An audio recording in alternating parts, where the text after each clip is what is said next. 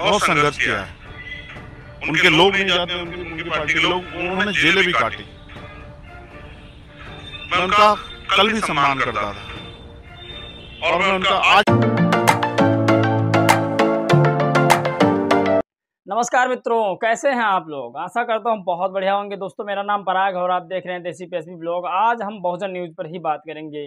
जिस तरह से यूपी तक न्यूज़ पे आकर के मानवर का चंद्रशेखर आज़ाद रावण साहब ने जिस तरह से इंटरव्यू दिया, बहन कुमारी मायावती को लेकर के बातचीत कही, ये तो मुझे कहीं ना कहीं लगता है कि अगर बहन जी चाहें तो चंद्रशेखर आज़ाद को अपने साथ लेकर के मुख्यमंत्री नहीं प्रधानमंत्री का भी सपना देख सकती है और बन भी सकती हैं प्रधानमंत्री। अगर चंद्रशेखर भाई बहन जी से गठबंधन कर लेते हैं या बहन जी उनसे एक बार भी कह दें कि चंद्रशेखर अपने संगठन को साथ लेकर हमारे साथ आ जाइए, हम आपके साथ हैं। जिस तरह से बहन जी या आकाश आनंद जी जगह जगह बातचीत कर रहे हैं या उनके कार्यकर्ता लोग बात कर रहे हैं, तो मेरा कहना यही है कि चंद्रशेखर भाई को अगर साथ में ले लें तो शायद एक बहुत बड़ी गठन हो सकती है और देश में एक नई क्रांति आ सकती है। बहन जी फिर से प्रधानमंत्री बन सकती हैं एक बार।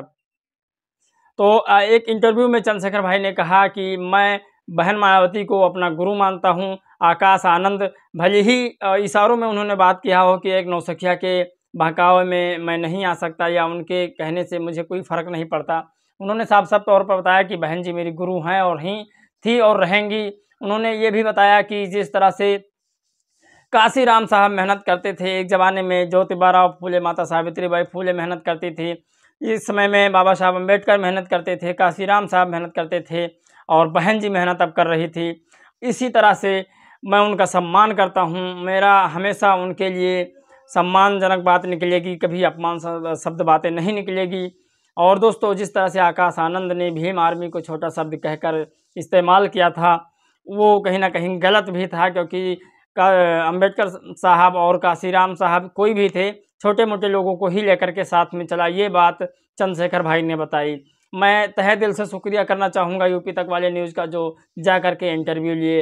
ये उनकी खास रिपोर्ट है, आप लोग देखिए, उसके बाद बताइए कि बहन मायावती जी को क्या करना चाहिए, चंद्रशेखर भाई को क्या करना चाहिए। क्योंकि मेरा मानना यह है कि जब बहुजन समाज इकट्ठा हो जाएगा तो बहुत कुछ कर सकता है। जैसे कि एक नाना पाटेकर साहब ने डायलॉग मारा था कि एक लाठी को तोड़ना तो आसान बात है, लेकिन लाठियों के इकट्ठा गट्ठर को तोड़ना आसान बात नहीं है।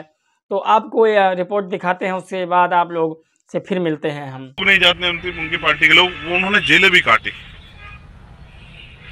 मैं उनका कल भी सम्मान करता था और मैं उनका आज भी सम्मान करता हूँ। किसी नौसिखे की वजह से मेरे मन में उनके सम्मान के लिए कमी नहीं हो सकती है।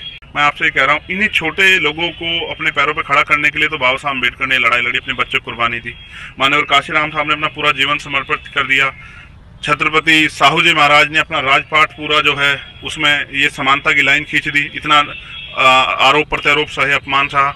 और राष्ट्रपिता ज्योतिबा फूले, माँ सावित्रीबाई फूले ने इन्हीं छोटे मोटे लोगों को पढ़ाने के लिए, पैरों पर खड़ा करने के लिए कितना अपमान सहा। तो दोस्तों, देखा जिस तरह से चंद्रशेखर रावण ने कहा कि मैं उन्हें गुरु मानता हूं। इनके लोग भी नहीं जानते होंगे किस तरह से बहन जी ने तकलीफें झेली है, लोगों को इकट्ठा किया है, बहुत ज़्यादा संघर्ष किया है, तब जाके बहन जी इस मुकाम पर पहुंची हैं। बहुत ज़्यादा तकलीफें सही है, जेल भी काटे हैं, चंद्रशेखर भाई ने बताया। तारीफ करते हुए थकते नहीं हैं बहन जी की। और बहन जी के भतीजे आकाश आनंद जी कहते हैं, मैं नहीं जानता इन छोटे मोटे संगठनों को। चंद्रशेखर ने बताया कि छोटे मोटे संगठन ही बाबा साहब अम्बेडकर बना के चलते थे, माता सावित्रीबाई फूले ने बनाया, ज्योतिबा फूले साथ में चलते थे बना करके, और काशीराम साहब ने साइकिल पैदल यात्रा भी बहुत सारी मेहनत की काशीराम साहब ने छोटे मोटे संगठनों को बना करके। मायावती जी जब भी सत्ता में आई तो ये छोटे मोटे संगठनों की वजह से आए। जो विरासत में पाए सत्ता हैं, उन्हें ये छोटे मोटे संगठन नहीं दिखते हैं, ऐसा चंद्रशेखर रावण का कहना है।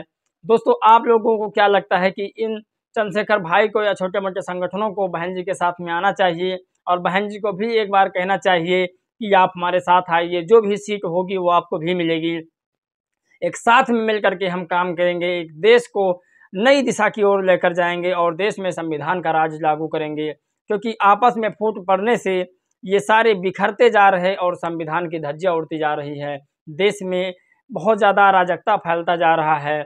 और उन्होंने साथ साथ में बहुत कुछ बातें की जो आप लोगों को मैंने दिखाया स्क्रीन पर। तो यह वीडियो मेरा कैसा लगा दोस्तों, आप लोग बताइएगा प्लीज़। और मैं आगे किस टॉपिक पर वीडियो बनाऊं वो भी आप लोग बताइएगा। और दोस्तों मैं एक और बड़ी खबर आपको बताता हूं कि बहन मायावती, कल 15 अगस्त था, स्वतंत्रता दिवस था।